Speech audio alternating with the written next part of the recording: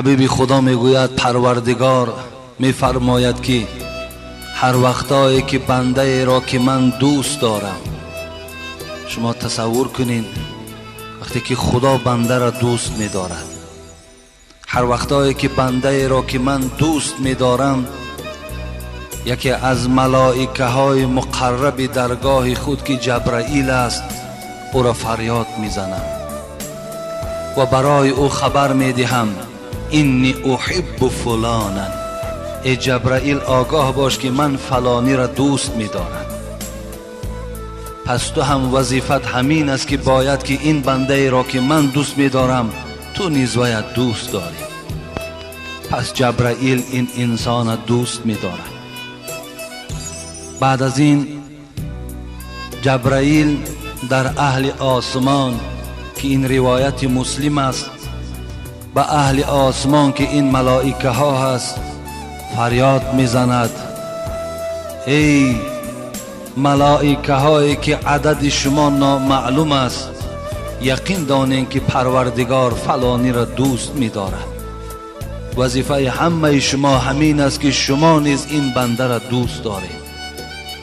پس اهل آسمان هم این بنده را دوست می‌دارد. بعد دوست داشتن پروردگار جبرائیل دوست می‌دارد، تمام ملائک دوست می‌دارد. ثم یوزع له القبول فی الارض.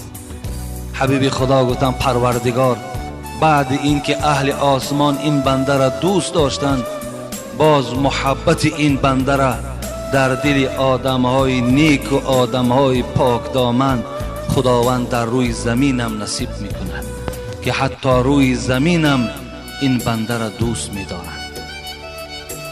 خدا گر لطف سازد مهربانی، کند میشی تو را گرگان چوپانی.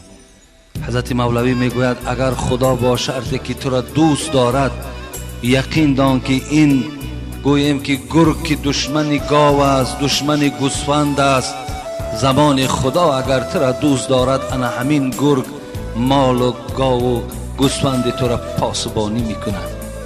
شود ای بنده گر مولا به آزار، همه در هر دو عالم از تو بیزار. لیکن با شرطی که خدا اگر تو را بد دید، یقین دان که همه آن چیزی که خدا آفریده است همه اونها تو را بد میبینند. اگر الله شود از بنده راضی، و او یار است استقبال ماضی. لیکن با شرط خدا اگر کسی را که دوست داشت، هم زمان حاضرش هم زمان آیندهش همش حضرت گفتن نیک هستند. گذر از دشمنان گردامنی دوست، بگیری مغز را فارغ شو از پوست.